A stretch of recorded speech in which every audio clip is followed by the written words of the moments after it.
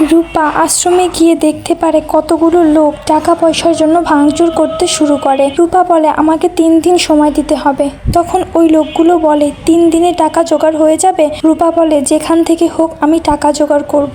তখনই সেই লোকগুলো বাচ্চাদেরকে উঠিয়ে নিয়ে চলে যাবার চেষ্টা করলে রূপা তাদের মধ্যে একজনের মাথায় এমনভাবে আঘাত করে সেই লোকটা মাটিতে পড়ে যায়। রূপা ভাবে আমি কি তাহলে সত্যি সত্যি একটা খুন করে ফেললাম। তখনই সেই লোকটার ফোন চলে আসে। রূপা বুঝতে পারে সেই লোকটা মরে যাবার নাটক করছিল।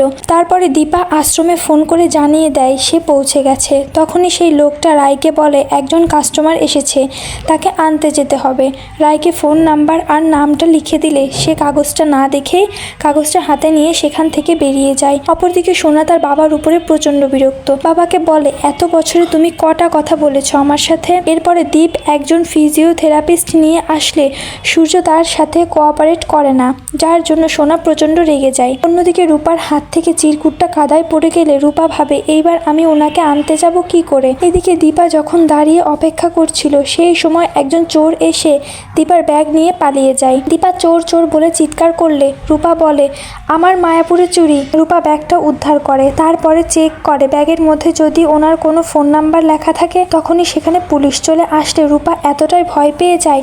রূপা পুলিশকে ব্যাগটা দিয়ে বলে একজন চোর এই ব্যাগটা নিয়ে পালাচ্ছিল। দীপা সঙ্গে সঙ্গে সেখানে চলে আসে। পুলিশ দীপাকে বলে ওই মেয়েটা আপনার ব্যাগটা উদ্ধার করেছে। দীপা মনে মনে ভাবে ওই মেয়েটাকে আমার কেমন যেন চেনা চেনা লাগছে।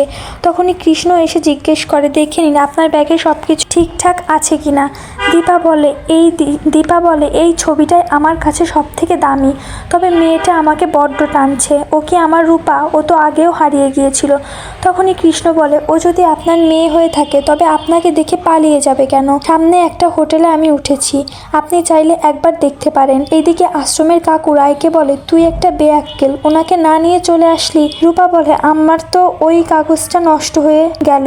তখন সেই কাকু বলে আমার উপর রাগ করিস না, তবে আমাদের টাকার খুব দরকার। সারাদিন কাজ করে তুইও তো রাত জেগে পড়াশোনা করিস। তখনই রূপা বলে যতক্ষণ না নিজের পায়ে দাঁড়াতে পারছি ততক্ষণ আমার শান্তি নেই। এদিকে দীপা কৃষ্ণকে বলে আশ্রমে অনেক অনাথ বাচ্চা আছে, তাই না? ওদের সবার জন্য ডোনেশনটা করতে পারলে আমার শান্তি।